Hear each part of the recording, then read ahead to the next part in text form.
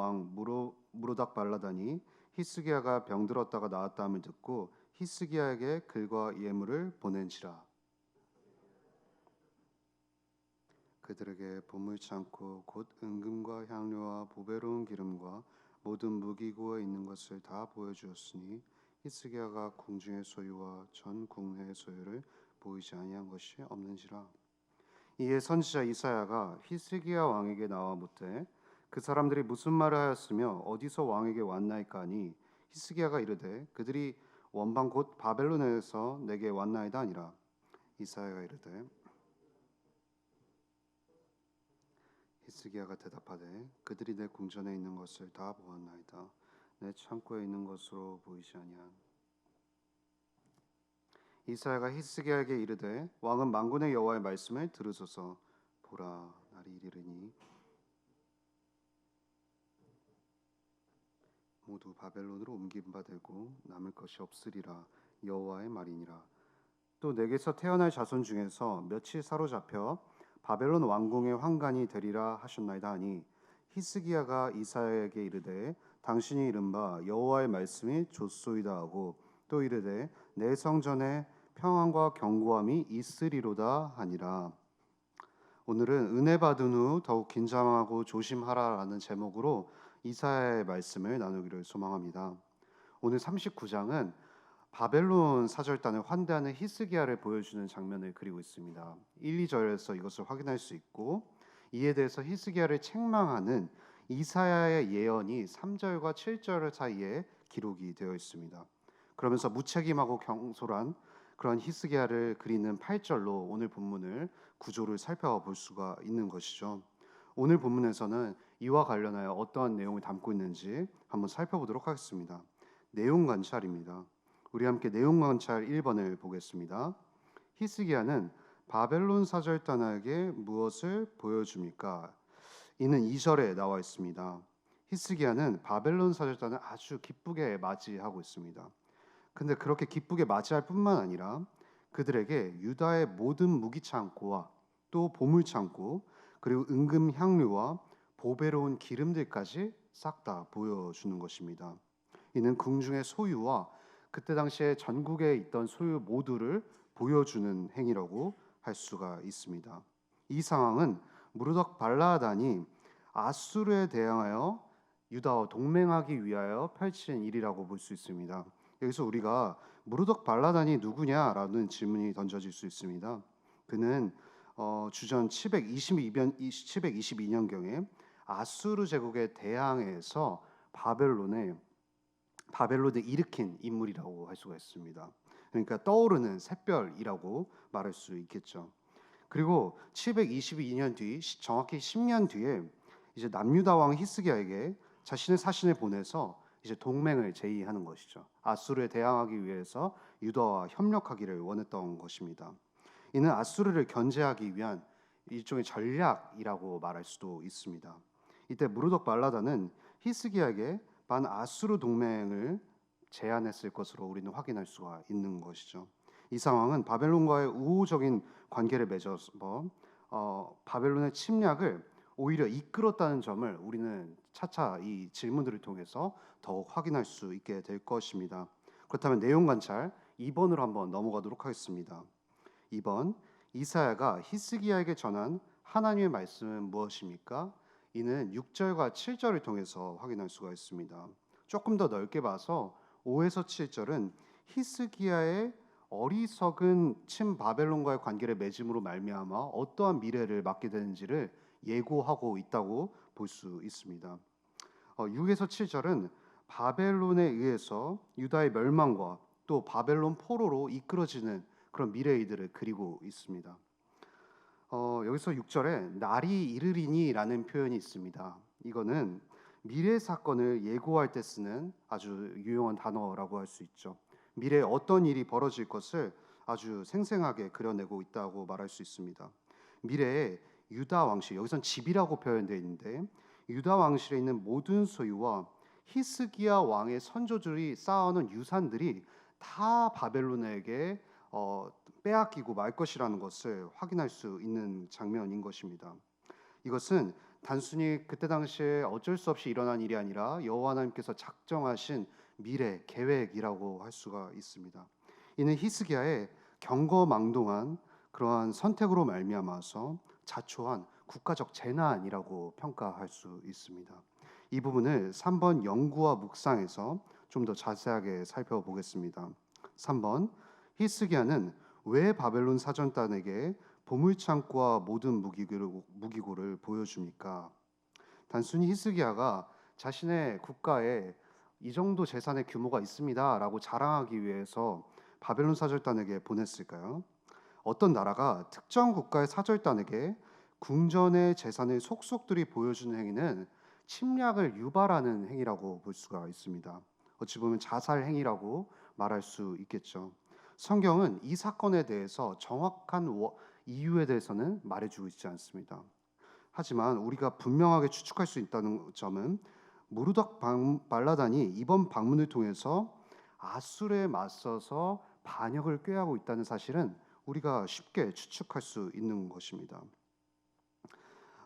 이사야의 예언은 마치 친구처럼 다가온 바벨론이 조금 더 잘 표현한다면 우정의 사절단처럼 그들이 온 것이 부메랑으로 돌아와서 그 유다의 모든 재산들을 침략하는 약탈자와 같은 모습으로 변모하게 될 것이라는 것을 우리는 미래를 동영상처럼 생생하게 볼 수가 있는 것이죠. 4절에 대해서 히스기야는 이에 대해서 이렇게 대답합니다. 그들이 내 궁전에 있는 것을 다 보았나이다. 내 보물은 보이지 아니한 것이 하나도 없나이다. 이렇게 말하고 있습니다.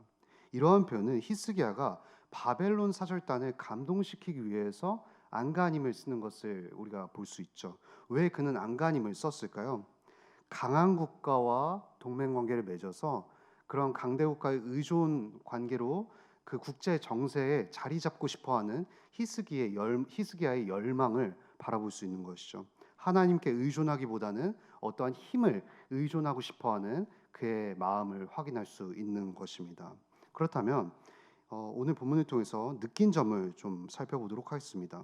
4번, 자신의 교만 때문에 후손들이 심판받는다는 하나님의 경고를 듣고도 당장의 평안에 안심하는 히스기야를 보며 우리는 무엇을 느낄 수 있을까요? 이는 8절을 통해서 우리가 좀 살펴볼 수 있습니다. 8절은 이사야의 무서운 재난 예고에 대한 히스기야가 어떻게 반응하는지를 우리가 살펴볼 수 있는 것이죠. 이렇게 말합니다. 히스기야가 이사야에게 이르되 당신이 이른 바 여호와의 말씀이 좋소이다. 또 가로되 나의 생전에는 평안과 견고함이 있으리로다 하니라. 이렇게 말을 합니다. 단순히 이 구절만 떼어놓고 봐서는 히스기야가 정확히 무엇을 말하는지 조금 애매모호한 태도를 확인할 수 있습니다. 어찌 보면은 무책임한 자기중심적인 반응처럼 보이기도 하고요. 또 다른 한편으로는 좀 좋게 해석한다면 하나님의 처분에 내가 따르겠습니다라는 어찌 보면 조금 수동적인 자세라고도 할 수가 있습니다. 하지만 우리는 지울 수 없는 이미지의 그림은 무엇이냐면 그가 너무나도 무책임하고 자기중심적인 반응을 보인다는 점에 있습니다. 자신의 경거망동한 불신앙이 초래한 엄청난 대가에 대한 히스기야의 반응을 우리는 차갑고 실망스럽게 느껴지기까지 하는 것이죠. 마치 이 모든 일이 남의 일처럼 생각하는 그의 경향을 살펴볼 수가 있습니다. 왜 그는 이 일에 대해서 남의 일처럼 생각했을까요? 히스기야는 당장의 그 당시에는 심판이 실행되지 않는다는 사실에 안정감을 누렸던 것 같습니다. 당시 그가 당장에는 바벨론의 침략에 위기를 대처하지 않아도 된다라는 어리석은 판단 때문에 나는 안전하다 이렇게 느낀 것일 수도 있죠. 그래서 이는 얼마나 망령되고 안타까운 조상의 모습인지를 확인할 수 있습니다. 이는 자기 자신의 안위에 매몰되어 있어서 인간의 비참함을 이렇게까지 참담하게 제대로 보여주는 장면이 또 없다라고까지 말을 할 수가 있겠습니다. 여기서 5번 적용으로 가보도록 하겠습니다. 하나님께 큰 은혜를 받고도 교만해져 경거망동했던 적이 있다면 언제입니까? 히스기야는 참으로도 많은 하나님의 은혜를 경험한 자였습니다. 하지만 그는 자신의 교만함과 이기적인 마음 때문에 국가적 재난을 초래하는 장면을 확인할 수가 있습니다. 저는 이 히스기야의 자기 중심성이 조금 더 시대가 이전으로 흘러가서 삼손의 교만함을 통해서 또 너무나도 잘 드러난다고 또 살펴볼 수 있습니다. 사사기 15장에 보면은 삼손이 아주 큰 일을 행한 것을 볼 수 있습니다. 나귀턱뼈 하나로 1,000명의 사람들을 죽인 엄청난 일을 벌인 것이죠. 어찌 보면은 인간적인 일이라고 한다면 정말 가히 상상할 수 없는 기적에 가깝다고라고 말할 수 있습니다. 하지만 하나님의 은혜가 그 어떠한 때보다 강하게 임했기 때문에 삼손은 그러한 일을 펼칠 수 있었던 것이죠. 그런데 삼손은 하나님께서 자신에게 베풀어 주신 은혜를 잊어버리고 노래를 부르면서 턱뼈를 던지기 시작합니다. 그러면서 참 재밌는 장면이 나오는 게 그는 자신의 이름을 영원히 남기기 위해 그 1,000명을 죽인 장소를 이렇게 지명까지 바꾸게 됩니다. 그 지명은 바로 라맛 레히이죠. 라맛 레히는 턱뼈의 언덕이라는 뜻입니다. 사실상 이것이 별것 아닌 일처럼 보일 수도 있지만 자신이 이룬 일에 대해서 자화자찬하기 위해서 지명까지 바꾼 것을 우리는 확인할 수 있는 것입니다. 삼손은 모든 게 너무나도 자기 중심적이었습니다. 하나님께서 함께 하셔서 이 모든 능력을 베풀어 주셨다는 사실을 마치 자기의 힘으로 모든 것을 돌리는 일이라고 할 수가 있는 것이죠. 하나님께서 일하셨음에도 그는 절대 감사할 줄 몰랐습니다. 하나님께서 주신 힘을 응당 내가 가질 권리가 있다고 생각하여 당연한 것으로 여겼습니다. 그는 자기에게 취해 있던 것이죠. 하나님이 주신 은혜로 생각하지 않는다라는 것입니다. 자기라는 감옥, 자아라는 감옥이 이렇게 무섭습니다. 히스기야도 하나님의 은혜를 많이 받았지만 결국 자신의 권위와 자신의 권력을 유지하기 위해서 자기에게 취하진 않았나라는 생각이 듭니다. 형통할 때 더욱 영적 긴장감을 갖고 하나님께 영광을 돌리기에 우리는 무엇을 결단해야 되겠습니까? 어찌 보면 오늘 본문은 자기중심성과 교만에 대한 싸움이라고 말할 수 있습니다. 그래서 저는 먼저 우리가 이렇게 적용을 해보도록 하겠습니다. 우리가 가진 모든 것들이 나로부터 나온 것이 아니라 하나님께서 은혜로 베푸신 사실을 기억하며 감사 노트를 적어보면 어떨까 합니다. 매일 하루의 삶을 마무리하면서 감사한 부분을 2가지 적어보다 보면 이 모든 것이 나로부터 나온 것이 아니라 하나님께서 주신 것들이 너무나도 많구나라는 것을 느낄 수 있을 것입니다. 2번째로 우리는 내가 뭔가 잘 살아질 때 모든 영역들 속에서 또 혹은 내가 괜찮다라고 느껴질 때가 있습니다. 그럴 때 우리는 이 모든 것들이 나의 힘과 능력으로 이루어진 것이 아니라 그리스도께서 우리를 위해서 하신 일 위에서 우리가 움직인다는 사실을 기억하며 하나님께 찬양하는 기도를 드리면 우리는 자기중심성과 교만에서 조금씩 해방되는 자유함을 느낄 수 있을 것입니다. 그래서 저는 본문을 보며 첫 번째 기도 제목을 이렇게 정했고 기도하고자 합니다. 첫째,